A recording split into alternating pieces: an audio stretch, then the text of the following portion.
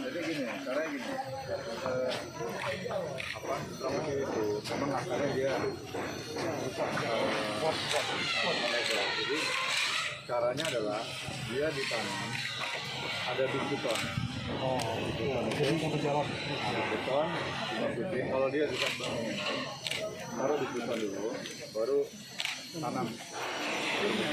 Jadi akarnya nanti nggak ke kanan ke kiri, akarnya ke dalam. Nah, jadi waduh itu bagus banget. Waktu itu 1000 term besi ya dimasukin ya, tapi nggak boleh tanam kawali, kasih ke koren. Nggak, biar aja nih, yang udah ditanam biar aja. Nanti yang akan datang di dekat bangunan, nggak apa-apa tanam term besi. Ya, sumur itu, ya. 80 bisa, garis tengahnya, karena dia nanti besar 1 meter juga bisa Pak, karena dia kan bakal besar sekali nanti. Nah, jadi ditanamnya di dalam itu. Kalau menanam term besi di tengah-tengah bangunan, ya atau di dekat bangunan, supaya tidak rusak bangunan, alasannya gitu kan. Jadi tanam dulu bis beton, kasih pupuk, baru tanam pohonnya.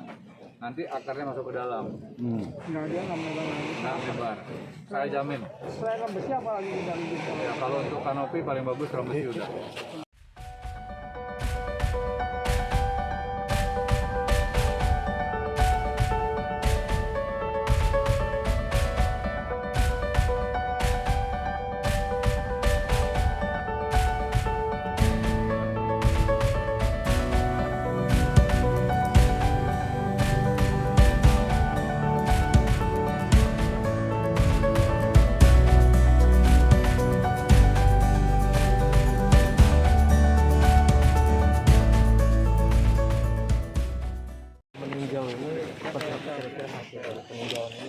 Jadi peninjauannya kami menyampaikan terima kasih kepada Yayasan Hidrosuci yang telah membantu pemerintah dan memberikan bantuan kepada masyarakat di Sulawesi Tengah, terutama di Kota Palu dan juga Sigi Pombele, di mana 2.000 rumah dibangun oleh Yayasan Hidrosuci, termasuk fasilitas pendidikan, fasilitas ibadah, ya, semua kelengkapan lainnya. Jadi kami menyampaikan terima kasih yang sebesar-besarnya.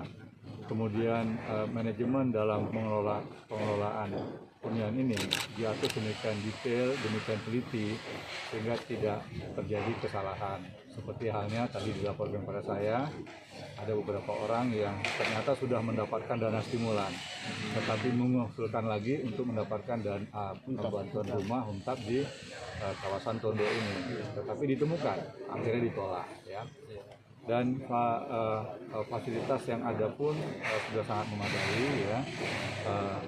Rumah dengan 2 kamar, 1 kamar mandi dan 1 ruang tamu, dan di bagian belakang bisa ditambah lagi. Jadi istilahnya itu tanda petik rumah tumbuh, sehingga masyarakat dengan luas bangunan sekitar 36 meter persegi bisa menambah lagi bangunan di bagian belakang, karena total luas tanah yang disiapkan oleh pemerintah untuk kerjasama yang diskusi itu adalah 150 meter persegi per rumah, ya. Masih ada kendala, yaitu masalah air, ya, masih belum tuntas semua. Demikian juga listrik masih belum semua. Nanti bagian daripada kewajiban kami untuk melakukan sinkronisasi dengan kementerian lembaga yang lain.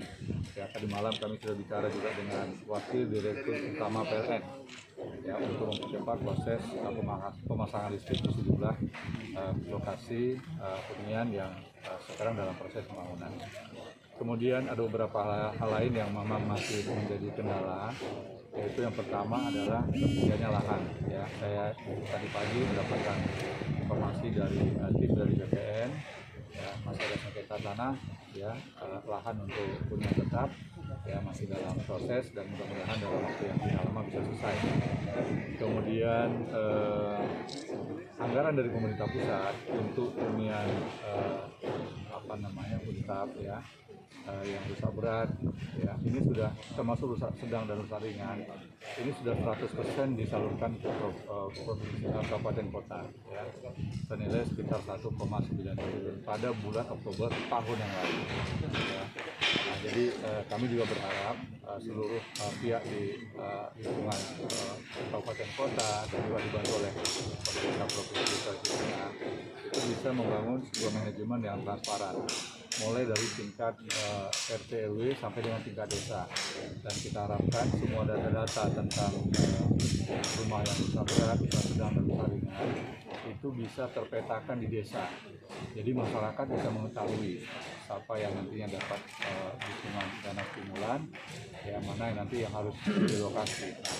Untuk yang relokasi ini pun tadi malam kami rapat dengan Pak Wagub, dengan Ketua Pansus DPRD Provinsi Sulawesi Tengah untuk urusan area Pekon ya, dan juga para pejabat yang strategis. Jadi intinya adalah satu hal yang harus kita pikirkan adalah bagaimana kita bisa memberikan perlindungan untuk jangka panjang. Kita tidak bisa hanya memikirkan jangka pendek seperti sekarang ini.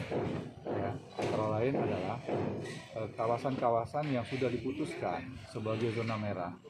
Ini tolong, sekali lagi tolong itu dipatuhi. Kenapa demikian? Karena yang menentukan itu bukanlah orang yang sembarangan. Mereka yang punya berbagai macam latar belakang kepakaran, ya, ahli geologi, ahli ya hampir semua ahli dilibatkan, ya. Nah, ketika mereka sudah memutuskan daerah zona merah ini, kita harus ikuti, ya, jangan sampai terulang lagi seperti tahun 1970, ya, Profesor Katsiri mengatakan jangan jadikan Palu sebagai ibu kota provinsi. Dan ternyata kan tidak bisa dihindari, akibatnya seperti yang kita rasakan sekarang. Nah, masukan-masukan dari para pakar ini harus kita jadikan sebagai referensi dalam menyusun rencana kerja, rencana pembangunan yang akan datang.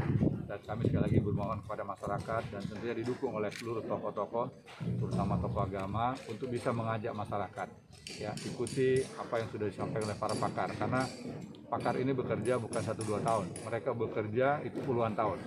Sehingga ketika mereka memberikan rekomendasi, tentu rekomendasi ini sudah bisa dipertanggungjawabkan dari semua aspek keilmuan.